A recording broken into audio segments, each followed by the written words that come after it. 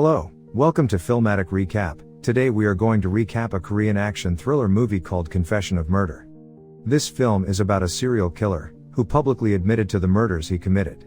Because this occurred after the 15-year statute of limitations, he cannot be prosecuted. So how does our protagonist Choi find out the truth? Let's find out together. Spoiler alert. Watch out and enjoy.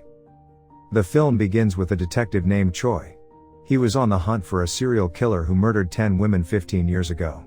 While chasing him, he points the gun toward the killer, but he uses his mother as a shield. The killer turned off the lights, and he escapes from there after making a cut on his mother's throat. Then we see an action-packed chase. Officer Choi tries everything, and he finally manages to shoot the killer in the shoulder. However, he still failed to catch him.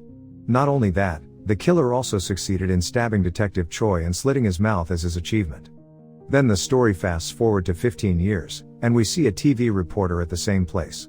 And today, the killer can no longer be prosecuted, because the 15-year statute of limitations has expired. Detective Choi can't do anything, and can only get drunk remembering his failure to capture the killer. He receives a call from a young man who is in depression, because the killer also killed his mother as a first victim. Knowing that the statute of limitations expires today, he tells him that he wants to end his life too. Detective Choi runs toward his house, but the depressed young man decided to jump off the rooftop, ending his life. Here we see a well-directed scene, where it hits the moving bus and died. When Detective Choi watches television 2 years later, he is astounded to learn the news, that the serial killer he has been searching for. He appears to admit everything he has done in the past. His name is Lee. He claims the 10 murders 17 years ago, and launches a book I Am the Murderer, containing detailed descriptions of the victims and murders. To prove this, he reveals the wound in his shoulder caused by Detective Choi's bullet, which is still lodged there. Because of his attractive face and his sincere public apology, he gained many supporters and is growing in popularity. He even apologizes in front of the victim's family house, begging for forgiveness. He informs everyone that he is feeling guilty, and that's why he is confessing to his crimes. He also pays a visit to Detective Choi, whom he previously kept alive by scarring his face. Then Detective Choi spat on him and threw food at him. On the other hand, Mrs. Han, the mother of the 11th victim, who is still missing, is gathering some family members of the victims to plot revenge on Lee. We also see a young lady in their group, who has brilliant archery skills. After plotting the kidnapping plan, they finally sneak in while Lee is swimming, and release snakes into the pool. The snake bites Lee, who is then rushed to the hospital in an ambulance. However, that was the plan of the victims' families disguised as ambulance crews. Lee's bodyguards realize this and follow them, together with Detective Choi, who happened to be passing by and noticed them. They failed in the end, and Lee is now being held captive by the victims' families. When Mrs. Han is interrogating him about where her daughter is, and whether he has killed her, suddenly the lights go out. Lee is freed and taken away by an unknown man. He then leaves Lee in a room with a note. He is none other than Detective Choi. But why he is saving the killer? We will find out later. The next morning, the old lady visits Choi's office, and slaps him in front of everyone.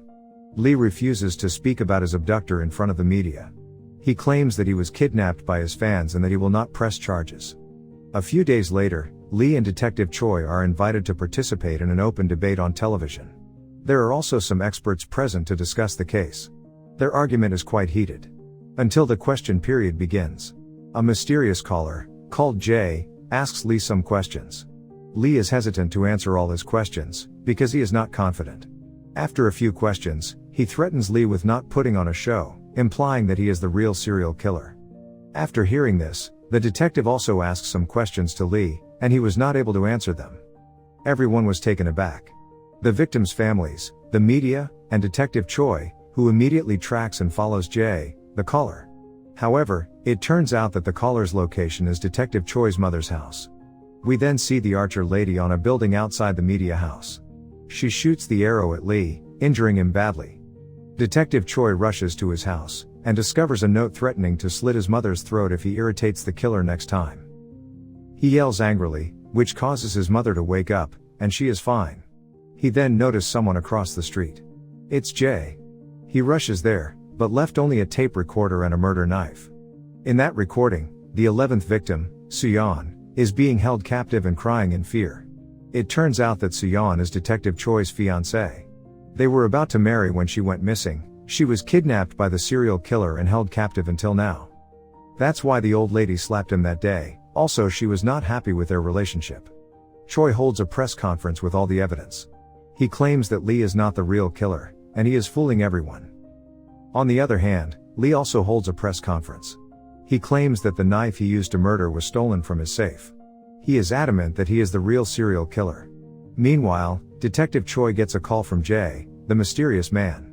Jay wonders why Detective Choi allows Lee, the con man, to act so carelessly. He also brings up Detective Choi's fiancée, which enrages him. When Lee is holding a press conference one day, he receives a call from Jay, who is also called the media. He challenges Lee to a three-way open conversation with Detective Choi on television. Lee agrees without thinking. Mrs. Han, on the other hand, is preparing a pen with snake venom for her to bring. She will come to the debate and kill the real serial killer, after the facts are revealed. The debate day has arrived. And, as promised, Jay arrives at the studio in style. He doesn't mind showing his true face to prove that he is the true serial killer. He's also gathered evidence. He revealed to the reporter the location where he buried his most recent victim, Suyeon. And, indeed, a woman's skull is discovered after the site is excavated. The moderator then presses Lee on whether he is still admitted to being the real killer. Lee finally admits that he is not the real killer. Lee's mother is Jay's first victim. And the book was not written by him. The true author is Detective Choi. They planned this 2 years ago, when Lee was suicidal due to depression.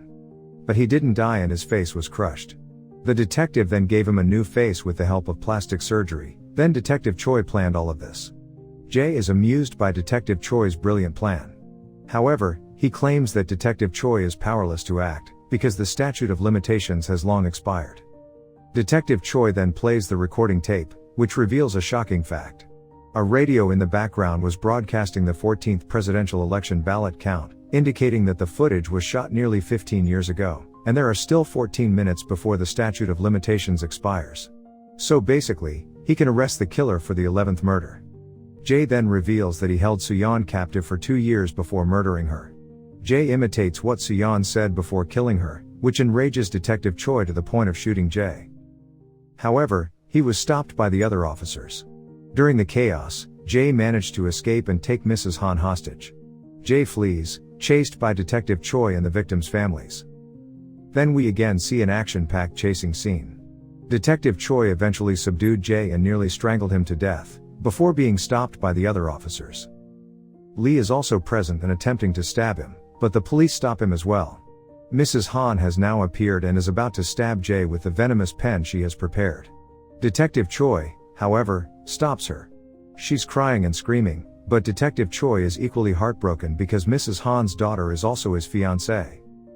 Jay couldn't help but laugh evilly.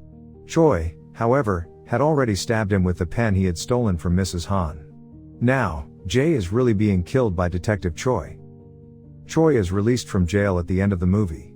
All of the victims' families and the media welcome him. Also, as a result of him, the statute of limitations has been extended to 25 years. So this was the story of the film Confession of Murder, released in 2012. If you like the story, then do watch the full film, and if you want to watch more such amazing recaps, then do subscribe to our channel. See you in the next recap.